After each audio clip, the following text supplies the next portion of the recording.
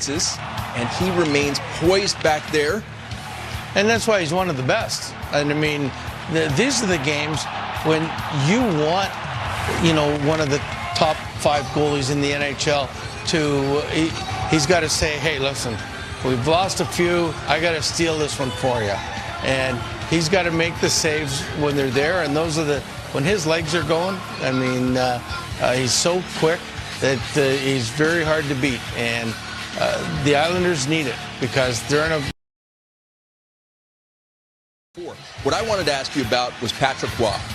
Since he's taken over, it's not been what the Canucks had under you, that 7-0 start, reinvigorating everybody. For Patrick Roy, when you see him on the bench and you see his body language, we know how intense he is. We know this passion, the spirit, the reason why he was brought in. Lou Lamoriello talked about it. What do you see when you look at his bench demeanor? Well, first of all, nobody knows more than me how intense he is. I bet. I bet like you when do. he came and attacked me that one day over the glass, I was just grateful that the glass was in the way. So, I mean, but I mean, he wanted, Lane, as good a coach as Lane Lambert is, and knowledgeable hockey, worked under Barry Trotz for a dozen years. Right. The thing with Patrick is he's got that fire in the belly. Mm-hmm. And it looked like Lane was more of a calm guy down. And I think, and I know I'm not speaking for Lou, I'm speaking as a fan watching and seeing what happened, is that he wanted that fire in the belly because the Islanders needed it. And I mean, they've played well, they just haven't won. And I mean, it's so I mean, who knows? But I think if they don't start winning soon, in less than 10 days now, the Islanders might think of, well, we might have to move a few of these guys because they've had their forward group there for a lot of years. Mm-hmm. And it's the same group that was out of playoff position, remains out of playoff position, and still hunting to get back in. We're going to take a break on the Discover Intermission Report. The back checking, understanding the speed, needing the support down low. And I thought the line shuffles worked extremely well, not only for the first line, but for every line. It seemed to happen with 3 natural centers there on the top line, kind of putting a lot of your eggs in that top line basket. Overall, what did you like? What did you think? Well, I thought just the way they played, they played loose. I mean, they're all centermen, so they're not restricted to stay on the wing. So that's a good thing. When you can jump into the hole and get open for your line mate, well, good things are going to happen. And we saw it right off the bat with Matt Barzal. He didn't get away a great shot. But and again, when you move the puck and you're very creative individuals, well, again, you don't have to think about it. And I think this line, as time goes on, will get better and better. And the defensemen will start looking for them even more because they are going to be creative. They're not going to be glued to the boards. They're going to find the openings, and then they're going to sort of feed off one another. So it's a real good start for them. But I think just as important, Shannon, is the other 3 lines played very, very well. They were solid. So that's going to make a big difference for the Islanders as the upcoming games and the rest of this game. Still an early here at American Airlines Center. Islanders only have 1 goal. You know this is a Dallas team that can score. Butch, what are you looking for the Islanders to do moving forward in this game to make sure they come away with the 2 points? Power play right off the bat, Shannon, and to get a 2-0 lead will certainly ease any pain or that they're feeling from the previous game not scoring on their power play. So, we talk about the special teams all the time, and if you win the special teams battle, you've got a really good chance to win the game. Both these goalies are very good goaltenders. The Islanders are on their toes, so for me, the special teams will make a big difference. So a goal early on in the second period would go a long ways toward a win. All right, we'd love to see it. Great stuff with Butch Goring. Butch will, of course, be calling the rest of the game with Brendan Burke. We are stepping out for a quick break here on the Honda Intermission Report. Islanders up by a goal after 20 minutes of play at American Airlines Center, looking to do some work in the second period. We'll be right back after this. Overtime, it didn't matter. They weren't allowing much until tonight. I think tonight they just said, let's get back to the way we were playing before. Pond hockey is how Daryl Sutter used to say it. Kings fans remember that. We're going to take a break here on the Discover Intermission Report. Second period is next. Ryan with the only goal in the first period. Islanders with a 1-0 lead. This Intermission Report is presented by Enterprise. Because life never stops, you need someone you can trust. But as we watched it, you felt like Wedgwood may have been able to play Well, it's the first shot right from here. It's outside the blue line, and he can't handle it. And all of a sudden, the rebound gets going, and Engvall beat both defensemen back for the puck and gets the rebound, and it's a really good save by Wedgwood, the second save.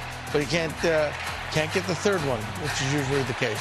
Kyle's papa was a heck of a goal scorer and a really valuable piece for the New Jersey Devils when they were coming along. Now, 2-1 score, under 2 to go. It's the same score, same game winner in both meetings. 3-2 Islanders get the victory. Stars pick up a point as they head to Denver. Wow, a rare overtime win for the Islanders. You can see they have 14 overtime shootout losses this season, most of any team in the NHL. But this time, they get that extra point. It's a huge one to try to keep their playoff hopes alive, beating the Stars in Big D. Hi, everyone, and welcome to On the Fly. I'm Jamie Hirsch with Mark Parrish, former Islander, of course. What an entertaining game, Perry. Absolutely love it. The way both Dallas and the Islanders are playing, this is playoff time. You can see both teams are getting into that playoff mode. Of course, the Islanders have to get in that playoff mode just to make the playoffs, but obviously their big boys, Bo Horvat, Matt Barzal, coming up big for them tonight.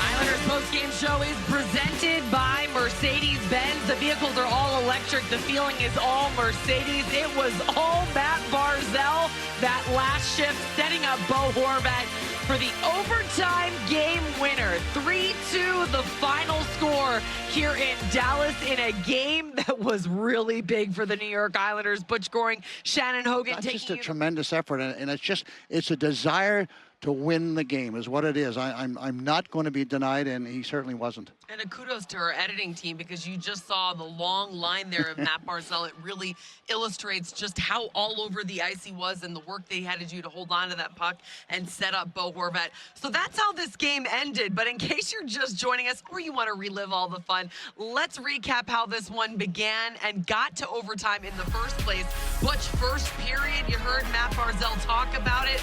Ryan Pulock with a snipe here, his 4th goal of the season, and some good work by Simon Holmstrom. Yeah, and what, he just came off the bench, Shannon. The Islanders' defense made a change, and it was a perfect change. And certainly Holmstrom, you can see the puck gets up, Cizikas moves the puck, Holmstrom takes it wide, a little stop and go, and lo and behold, Ryan Pulock comes off the bench, and he makes a tremendous shot. So, I mean, the Islanders got off to the start they wanted. You know, when you're struggling, you need to score that first goal. Brendan mentioned it. They hadn't scored first for a long time. You go into the second period. Islanders have the 1-goal lead. You were hoping they would score on the power play. That didn't happen. In fact, Matt Duchene was able to score with the man advantage from Dallas. Yeah, he really does, and I mentioned it earlier on. I mean, yes, great goal by Duchene, who was really good tonight, I thought, for Dallas. Might have been their best forward, but they got a lucky break. You know, Cizikas cleared it, hit the linesman, and Dallas was able to come right back in.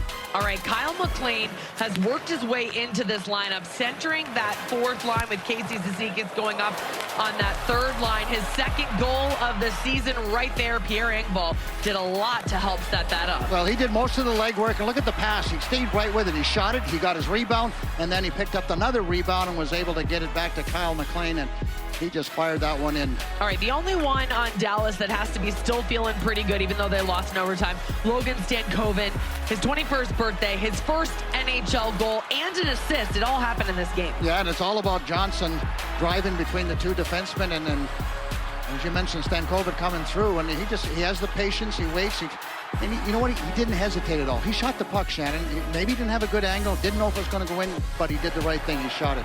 We go into overtime. You heard it said Bo Horvat there, but this was all number 13, Matt Barzal. Yeah, and you know, the guys are circling around. And the one thing about playing with Barzal, you know that if he's got the puck, he's looking for you. He's going to make the play, and Bo circles back out a little higher into the slot area, and then the perfect pass. So Horvat wasn't down low. He put himself in a position to say, my man Barzal's going to get it to me, and sure enough, he was right. That chemistry is certainly paying off, the two of them playing on the top line tonight and taking over in overtime. Here's a look at the game breakdown. 3-2, the final score. Islanders were outshot by Dallas. The hits pretty even there.